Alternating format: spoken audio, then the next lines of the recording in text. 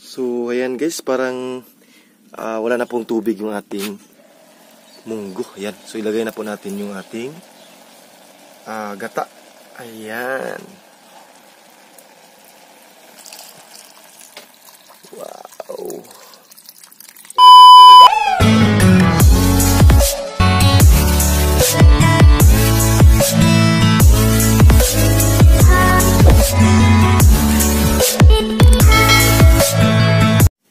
Hi guys! Ayan, welcome back again sa aking channel. So, nandito po si Nanay Gloria. Ayan o. May sugat po si Nanay Gloria guys. Yan si Nanay o. Unsa ka nay? Natunok? Natunok ka nay? Nasamad. Nasamad yun. Ayan, at saka si tatay, meron siyang ginagawa. Kuha po siya ng panggatong namin. Kasi magluto po kami ng ginataang munggo. So, yung gamit namin is itong bagong klipat. Ayan. So sa amo po namin ito, hindi na nagamit. Yung iba is nabiak na po. So yan, mayroon ako ditong na-prepare na niyog. Yan ang nabalatan ko na. Kasi lagyan natin ng gata. Siyempre, dito po yung ating munggo. Yan, yung munggo. Tapos yung ingredients natin na sibuyas at saka kamatis. So ngayon is nakasaing na po si Tatay Andres. Yun o. Ayan.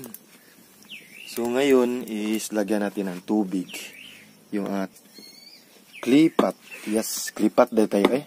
Klipat no? Oh, klipat day kung nagtawagan eh. Tagalog? Oh. Lagyan natin ng tubig. Tapos lagay natin yung ating munggo. Yes, ito na yung munggo natin. Iso bangkat.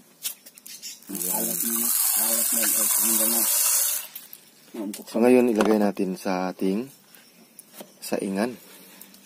Yan. Ito na po yung ating saingan.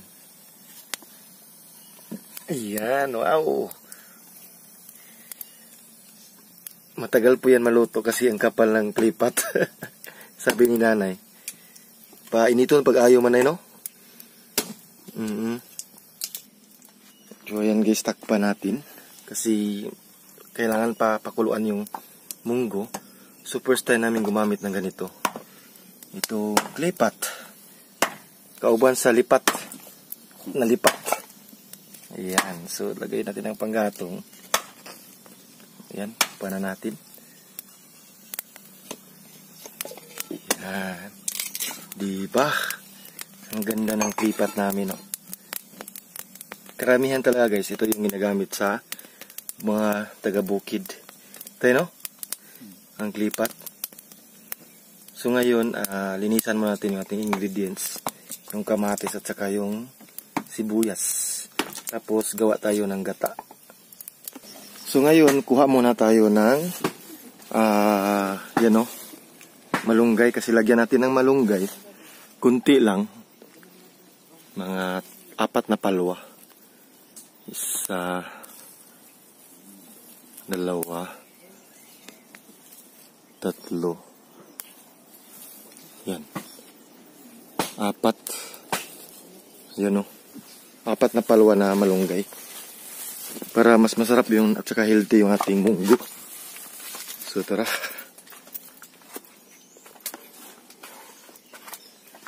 Lagay natin dito. Tapos yung ating ingredients. Ayan.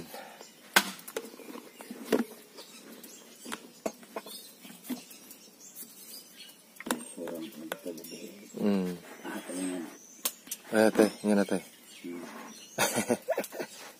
Ayan, so ngayon, nagpatan muna natin.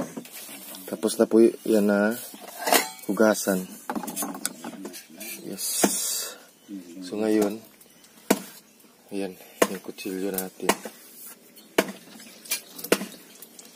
Ating kutsilyo. Ayan o.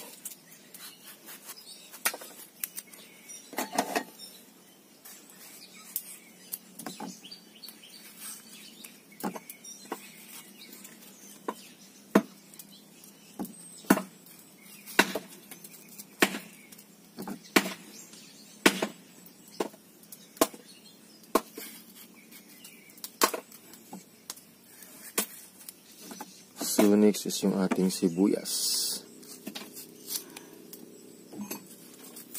Yan.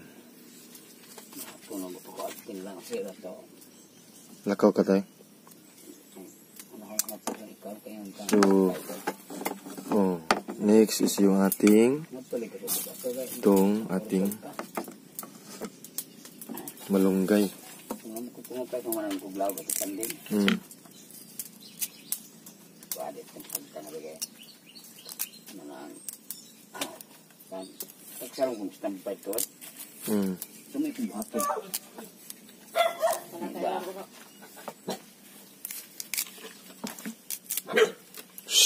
Wala mo kaila karamel. Oh, wala na nakaabot. Abot oy. Abot pa na siya. Gamay pa kayo? Nagmay pa kayo. Anak raw na si Karamil?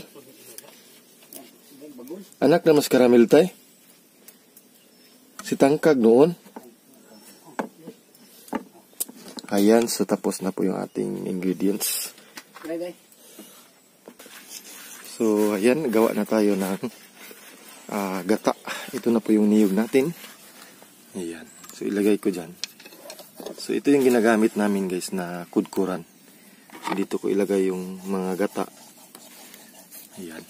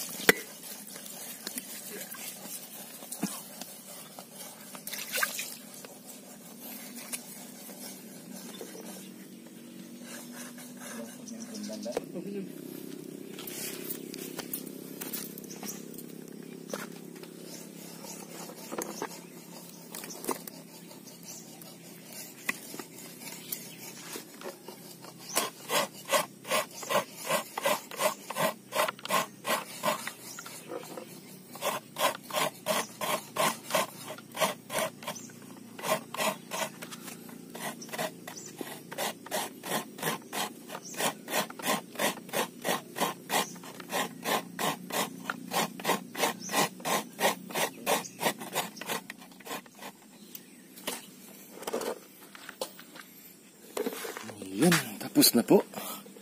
So yan, i-process na natin.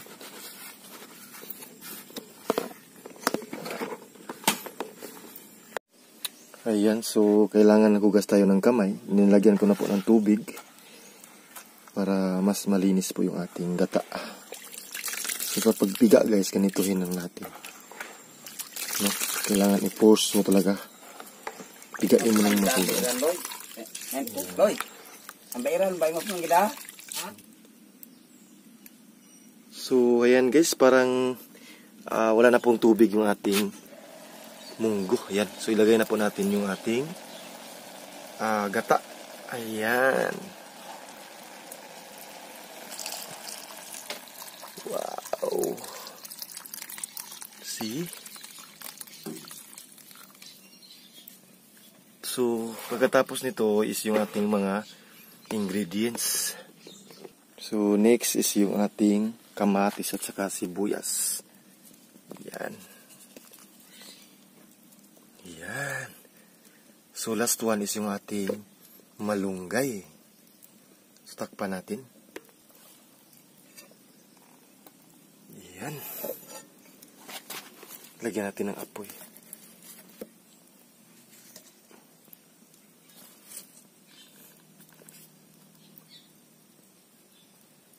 Ayan, ilagay na natin yung ating malunggay sa ating, yan klipat. Malipat yan, kumukulo na po yan. Ilagay na natin yung ating malunggay. Ayan.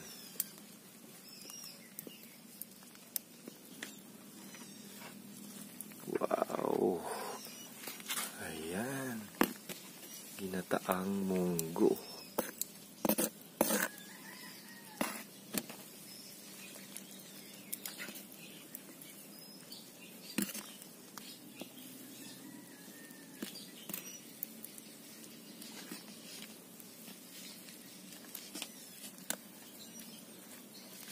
Yan guys, titimplahan na namin to.